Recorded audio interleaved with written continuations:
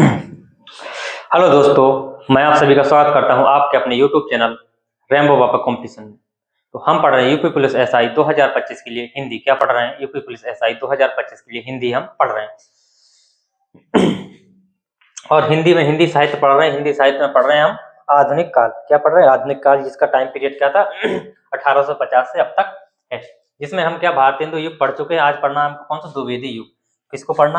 आज पढ़ना हमको द्विवेदी युग को पढ़ना। तो चलिए द्विवेदी युग के प्रमुख कवि मान को देखते हैं। और द्विवेदी युग को किसी ने किस नाम से पुकारा है तो उसको देखते हैं। द्विवेदी युग। द्विवेदी युग सबसे पहले द्विवेदी युग को डॉक्टर नगेंद्र ने द्विवेदी काल को क्या कहा? द्विवेदी काल भी कह सकते हैं, द्विवेदी युग। द्विवेदी काल को क्या कहा? तो इन्होंने कहा जागरण सुधार काल। क्या कहा? तो लिखते हैं कि डॉक्टर नगेंद्र ने द्विवेदी काल को डॉक्टर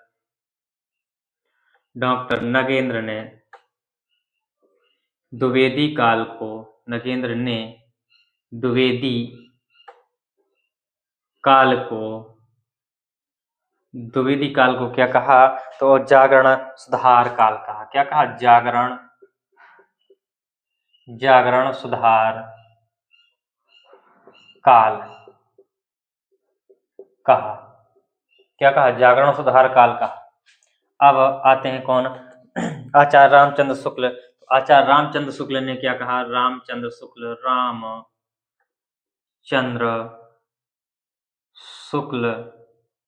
ने द्विवेदी काल को किसने? इन्होंने क्या कहा था? नई धारा या प्रथम उत्थान था। किसको कहा था? भारतेंदु युग को। तो इनमें क्या कहा? नई धारा द्वितीय उत्थान। कैसा? द्वितीय उत्थान। नई धारा द्वितीय उत्थान कहा। नई धारा क्या? द्वितीय उत्थान कहा। तो ये चीज नोट कर सकते हैं। अब हम आते हैं कि अब हम एक इम्पोर्टेंट चीज लिखते हैं कि जो श्रीधर पाठक है इनको खड़ी बोली का क्या प्रथम स्वच्छंद कवि माना जाता है। क्या होता है? जो श्रीधर पाठक हैं, अब कवियों को पढ़ते हैं तो कवियों को पढ़ते हुए चलते हैं एक एक करके। तो श्रीधर पाठक के बारे में पढ़ते हैं। श्रीधर पाठक को किसका माना स्वतंत्र कवि? खड़ी बोली का प्रथम। किसका? खड़ी बोली का क्या माना? प्रथम स्वच्छंदवादी कवि माना। क्या? खड़ी बोली का प्रथम स्वच्छंदवादी कवि माना है। क्या माना? प्रथम स्वच्छंदवादी कवि माना है। श्रीधर पाठक ने क्या हुआ? जो ब्रज भाषा में एक मौलिक काव्य लिखा उसको क्या बोलते? कश्मीर सुषमा बोलते हैं। किसमें? तो श्रीधर पाठक ने किसमें? श्रीधर पाठक ने किस भाषा में? ब्रज भाषा में। किसमें? ब्रज भाषा में क्या लिखा? एक मौलिक काव्य। ब्रज भाषा में एक कैसा? ब्रज भाषा में एक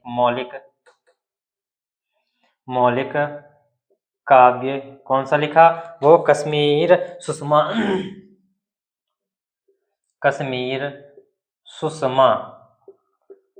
की रचना की। किसकी? कश्मीर सुषमा की रचना की। और इनकी क्या? कश्मीर सुषमा के अलावा और इनकी कौन कौन सी रचना है? और इनकी रचना देख लो कि मनोविनोद इनकी रचना है। कौन सी? मनोविनोद इनकी रचना है। कौन सी? मनोविनोद इनकी रचना है। एकांतवासी योगी। कैसी?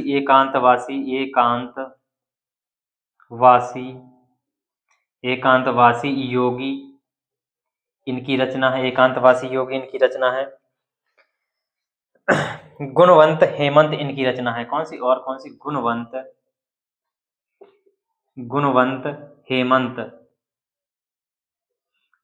हेमंत क्या है? इनकी एक रचना है। तो ये किसको हमने देखा? तो ये हमने देखा किसको? श्रीधर पाठक को। किसको देखा? ये हमने पढ़ लिया। किसको? श्रीधर पाठक को पढ़ लिया। अब पढ़ते हैं जिनके नाम पर ये द्विवेदी युग पढ़ा। महावीर प्रसाद द्विवेदी। किनको? महावीर प्रसाद द्विवेदी।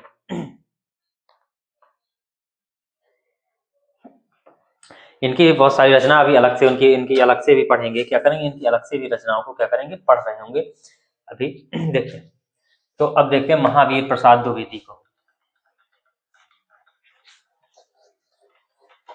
इनकी एक कविता बहुत प्रसिद्ध है, बहुत ही प्रसिद्ध है। कौन सी है? वो है, इनकी कविता है स्वर्ग नरक ठिकाना नहीं। न स्वर्ग में न नरक में कहीं भी ठिकाना नहीं है, इससे संबंधित कविता है। इनकी बहुत प्रसिद्ध कविता है। तो किसको? महावीर प्रसाद द्विवेदी को देखते हैं। महावीर प्रसाद द्विवेदी, महावीर प्रसाद द्विवेदी। तो इनकी रचना कौन कौन सी? काव्य मंजूषा इनकी रचना है। कौन सी? काव्य मंजूषा।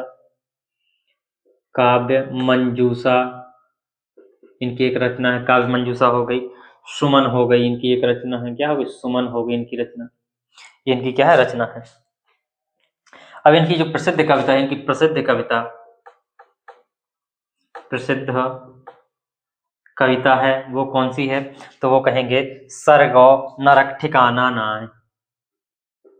सरगो नरक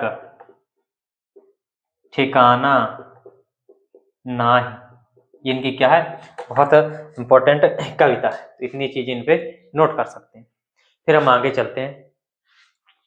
अयोध्या सिंह उपाध्याय हरिऔध के रूप में। तो इनसे बहुत प्रश्न पूछे जाते हैं इनकी रचनाओं से।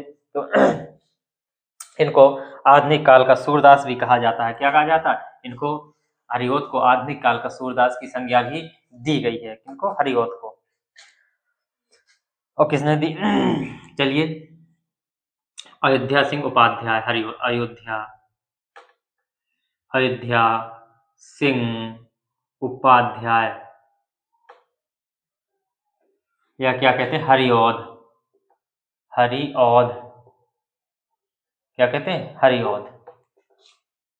इनके हरिऔध इनका शॉर्ट नाम भी इनका आता है। क्या आता है? इनका शॉर्ट नाम भी आता है। क्या? हरिऔध लिख के आता है। तो इनको हरिऔध में लिखो। इनको आधुनिक काल का सूरदास भी कहा गया है। क्या? आधुनिक काल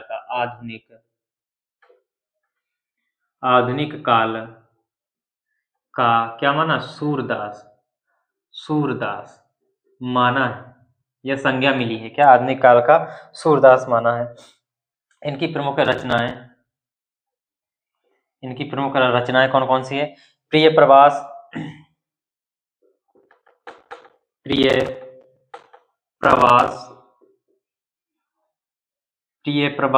और कौन सी है? वैदेही बनवास,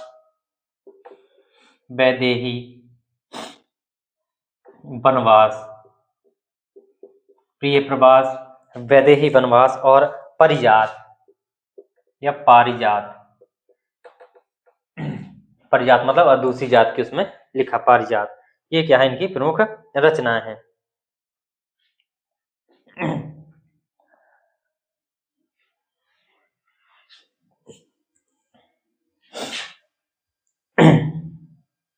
अब आगे देखते हैं इनकी और रचनाएं जो मुहावरे के रूप में लिखी गई हैं।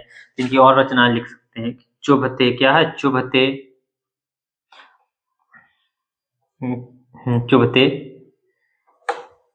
सही से लिखो। चुभते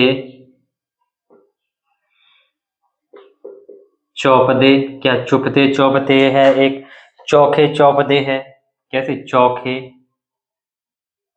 चौपदे, चुभते चौपदे, चौखे चौपदे और चौपदे। और कौन सी है? बोलचाल। कौन सी है? बोलचाल। एक है कौन सी? बोलचाल इनकी कैसी? ये मुहावरे, ये तीनों किसमें? मुहावरेदार में लिखे। मुहावरेदार भाषा में। कैसी? मुहावरेदार भाषा में। इनकी एक रचना है कौन सी? कौन सी? रस कलश। कौन सी? रस कलश। ये कैसी है? ये इनकी कैसी? ये इनका कैसा? रीति ग्रंथ है। ये इनका कैसा? रीति ग्रंथ है। ये इनका कैसा? रीति ग्रंथ है। कैसा? रीति ग्रंथ है। तो इतनी चीजें नोट करो। फिर हम चलते हैं मैथिली शरण गुप्त की ओर। किसकी ओर? मैथिली शरण गुप्त की ओर चलते हैं।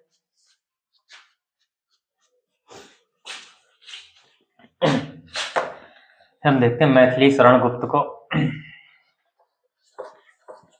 इनकी प्रमुख रचना, मैथिली शरण गुप्त की प्रमुख रचनाओं को क्या करते हैं, लिखते हैं। मैथिली शरण गुप्त को, मैथिली शरण गुप्त, इनको क्या कहा गया, मैथिली शरण गुप्त को क्या कहा गया, आधुनिक तुलसी, इनको क्या कहा, तुलसीदास, तुलसी, आधुनिक काल का क्या, इनको तुलसीदास माना गया है, क्या आधुनिक काल का तुलसीदास माना गया है।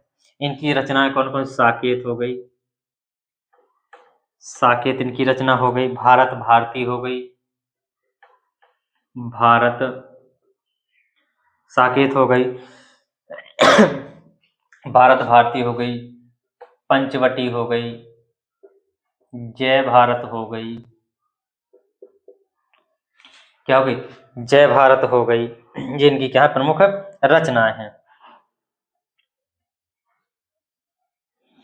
और इनको क्या कहा जाता था, हरिगीत का छंद का बादशाह भी कहा जाता है। लिखो इनको, हरिगीत का, हरिगीत का छंद का, छंद का बादशाह भी कहते हैं, भी कहते हैं। इतनी चीज मैथिली शरण गुप्त के बारे में नोट करो। फिर हम चलते हैं रामनरेश त्रिपाठी की ओर। किसकी ओर, रामनरेश त्रिपाठी की ओर।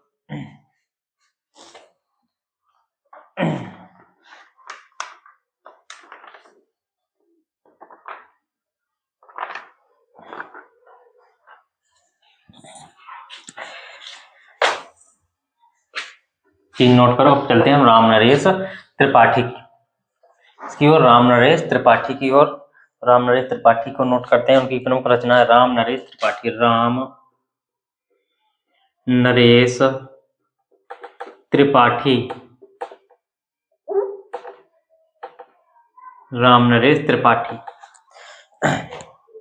इनकी प्रमुख रचना कौन कौन सी हैं, मिलन हो गई इनकी प्रमुख रचना, एक मिलन, क्या मिलन है, पथिक है, पथिक,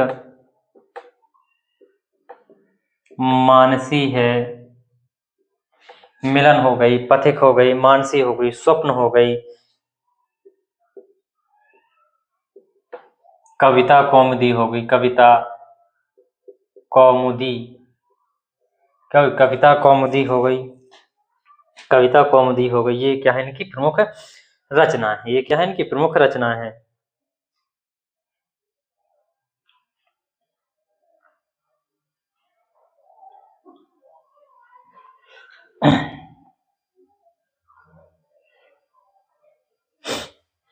ये इनकी प्रमुख रचना होगी। अब आते हैं कामता प्रसाद गुरु।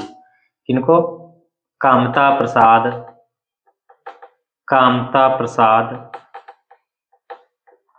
गुरु, इन्हें क्या माना जाता है, कामता प्रसाद गुरु को माना जाता है, इन्हें आधुनिक हिंदी का क्या माना जाता है, या आधुनिक काल में हिंदी का क्या पाणिनि माना जाता है। किसमें, आधुनिक काल में इन्हें क्या हिंदी का पाणिनि माना जाता है, क्या माना जाता है, हिंदी का पाणिनि। हिंदी का इन्होंने बहुत बढ़िया व्याकरण लिखा है, पाणिनि, इनको हिंदी का पाणिनि माना जाता है। क्या माना जाता है, इनको हिंदी का पाणिनि भी कहते हैं। क्या कहते हैं, हिंदी का पाणिनि कहते हैं। इनकी प्रमुख रचना क्या है, इनकी प्रमुख रचना देखें तो क्या है, भौमासुर, भौमासुर हो गई, विनय पचासा हो गई, क्या होगी, विनय पचासा, विनय पचासा। और प्रमुख रचना कौन सी है, पद्य पुष्पावली है। कौन सी, पद्य, पद्य पुष्पावली कौन सी है, पद्य पुष्पावली क्या है, इनकी प्रमुख रचना है। इतनी चीजें नोट कर सकते हैं।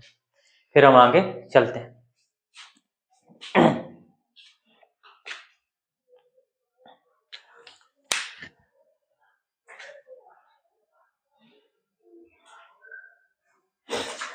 अब चलते हैं हम नेक्स्ट जगन्नाथ दास की ओर, और इनकी लिखते हैं। फिर ये हमारा क्या हो जाएगा, ये हमारा समाप्त हो जाएगा। फिर हम चलेंगे छायावाद की ओर, और उसको हम करेंगे नेक्स्ट क्लास में। तो अब हम जानते हैं जगन्नाथ दास, या इनको क्या बोलते हैं, रत्नाकर भी बोलते हैं। क्या, जगन्नाथ दास,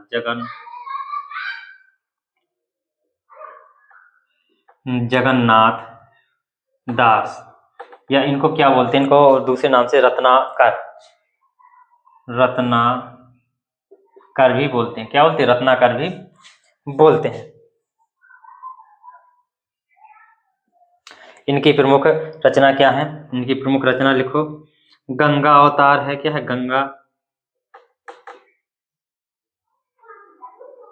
गंगावतार या गंगावतरण। क्या? गंगावतरण। कौन सी? गंगावतरण। उद्धव शतक।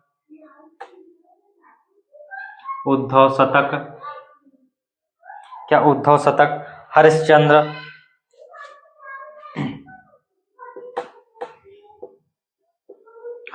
और इनकी क्या? श्रृंगार लहरी। ये इनकी क्या प्रमुख रचना है। और ये हमने देखा, क्या देखा? द्विवेदी काल। क्या देखा? द्विवेदी काल। तो इतनी चीजें हैं द्विवेदी काल में, को देख सकते हैं। फिर हम क्या करते हैं, तो नेक्स्ट क्लास में पढ़ेंगे। थैंक यू दोस्तों। क्लास अच्छी लगी तो प्लीज लाइक शेयर सब्सक्राइब जरूर करिएगा। मिलते हैं नेक्स्ट क्लास में। थैंक यू दोस्तों।